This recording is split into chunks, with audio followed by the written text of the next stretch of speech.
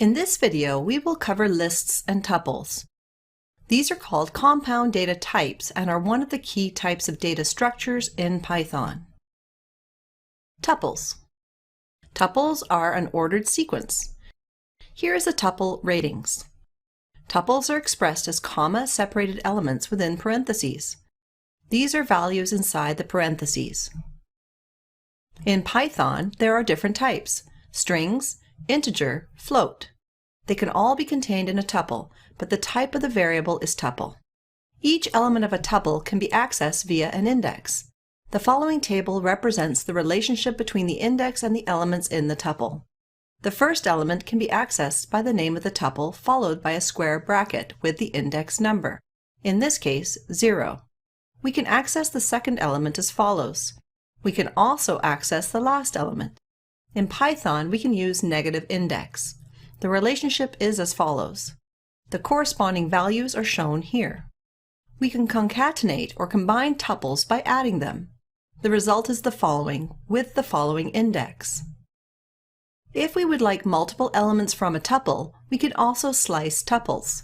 For example, if we want the first 3 elements, we use the following command. The last index is 1 larger than the index you want. Similarly, if we want the last 2 elements, we use the following command. Notice how the last index is 1 larger than the length of the tuple? We can use the len command to obtain the length of a tuple. As there are 5 elements, the result is 5. Tuples are immutable, which means we can't change them. To see why this is important, let's see what happens when we set the variable ratings1 to ratings. Let's use the image to provide a simplified explanation of what's going on. Each variable does not contain a tuple, but references the same immutable tuple object. See the Objects and Classes module for more about objects. Let's say we want to change the element at index 2. Because tuples are immutable, we can't. Therefore, ratings1 will not be affected by a change in rating because the tuple is immutable, i.e. we can't change it. We can assign a different tuple to the ratings variable.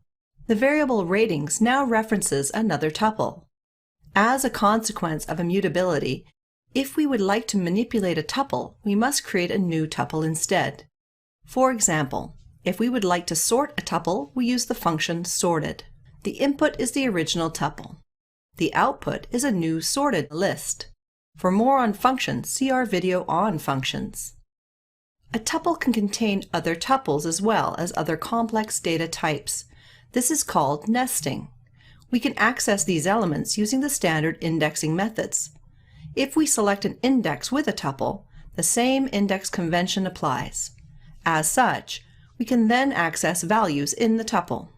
For example, we could access the second element. We can apply this indexing directly to the tuple variable nt. It is helpful to visualize this as a tree. We can visualize this nesting as a tree. The tuple has the following indexes. If we consider indexes with other tuples, we see the tuple at index 2 contains a tuple with 2 elements.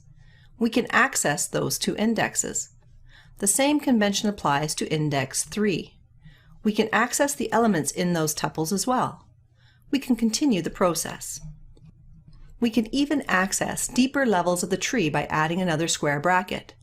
We can access different characters in the string or various elements in the second tuple contained in the first. Lists are also a popular data structure in Python. Lists are also an ordered sequence. Here is a list L. A list is represented with square brackets. In many respects, lists are like tuples. One key difference is they are mutable. Lists can contain strings, floats, integers. We can nest other lists. We also nest tuples and other data structures. The same indexing conventions apply for nesting.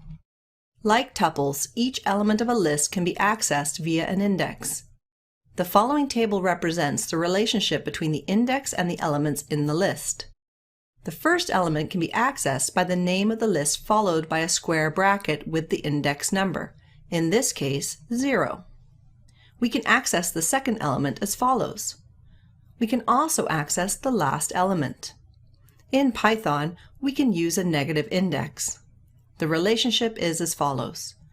The corresponding indexes are as follows. We can also perform slicing in lists. For example, if we want the last two elements in this list, we use the following command. Notice how the last index is one larger than the length of the list? The index conventions for lists and tuples are identical. Check the labs for more examples. We can concatenate or combine lists by adding them. The result is the following. The new list has the following indices. Lists are mutable, therefore we can change them. For example, we apply the method extends by adding a dot followed by the name of the method, then parentheses. The argument inside the parentheses is a new list that we are going to concatenate to the original list. In this case, instead of creating a new list, L1, the original list L is modified by adding two new elements. To learn more about methods, check out our video on objects and classes. Another similar method is append. If we apply append instead of extended, we add one element to the list. If we look at the index, there is only one more element. Index 3 contains the list we appended. Every time we apply a method, the list changes. If we apply extend, we add two new elements to the list. The list L is modified by adding two new elements. If we append the string A, we further change the list, adding the string A. As lists are mutable, we can change them. For example, we can change the first element as follows. The list now becomes hard rock 10, 1.2. We can delete an element of a list using the del command. We simply indicate the list item we would like to remove as an argument. For example, if we would like to remove the first element, the result becomes 10, 1.2. We can delete the second element. This operation removes the second element of the list. We can convert a string to a list using split. For example, the method split converts every group of characters separated by a space into an element of a list. We can use the split function to separate strings on a specific character, known as a delimiter. We simply pass the delimiter we would like to split on as an argument, in this case a comma. The result is a list. Each element corresponds to a set of characters that have been separated by a comma. When we set one variable, b equal to a, both a and b are referencing the same list. Multiple names referring to the same object is known as aliasing. We know from the list slide that the first element in b is set as hard rock.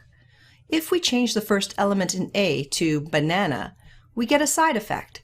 The value of b will change as a consequence. A and b are referencing the same list. Therefore, if we change a, list b also changes. If we check the first element of b after changing list a, we get banana instead of hard rock. You can clone list a by using the following syntax. Variable a references one list. Variable b references a new copy or clone of the original list. Now, if you change a, b will not change. We can get more info on list, tuples, and many other objects in Python using the help command. Simply pass in the list, tuple, or any other Python object. See the labs for more things you can do with lists.